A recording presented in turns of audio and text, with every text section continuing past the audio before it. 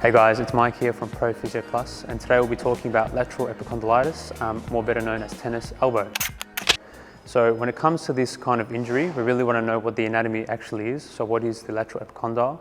So if we think of the words itself, we've got a structure, or part of a structure, the lateral epicondyle, and we've got itis, so we've got inflammation of this area, which is roughly over here, okay, on the side of your arm. Now, if you think of why this area is so important, you have to realize what is actually attached there. So we've got the common extensor muscles, they're called, and all they do is help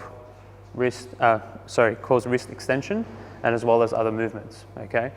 The reason this injury tends to come on is because of an overload injury more than anything. So whether you have a repetitive type of job, this is the typical time that it tends to come on. And it's a really niggly type of pain around here, very inflammatory and can give you a lot of issue at night or on overexertion.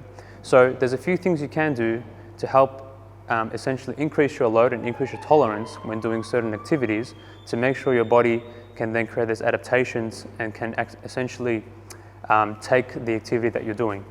So the first thing we're going to start with is this band over here. So we're going to work on a very important type of contraction. So very quickly, there are three certain types. We've got number one where the muscle is neither shortening or lengthening, it's just still, and that's the isometric contraction. We've got the other one where the muscle is shortening, like in a bicep curl, that's called the concentric. And lastly is when it's lengthening like so, that's the eccentric. When it comes to an injury like this, it really responds well to an eccentric type of loading, okay? And that's what we're going to focus on here. So we spoke about extension, but another one is turning the hand upwards. It's called supination. And the way we're going to work that eccentrically is by bringing this band out, and we're working from a palm up to a palm down position, okay? So you want to make sure you do it from palm up to palm down. So beginning with the palm up, take a good step out. You're then turning it downwards, and then just to focus on this part, not the concentric, you can then step back in, take off the slack, revert back to your original position, and then repeat accordingly. And back. And just one more rep. Really focus, trying to get it down as much as you can, okay? So that's the first one over there. The second one that we can focus on, we'll just need a broomstick, or you can use a hammer, or anything that's weighted on one side rather than on both sides. So we've got a trusty broom over here, and what we want to do is try and start as close to the broom head as possible, okay? So same principle applies. We're going to have palm up, moving to a palm down position,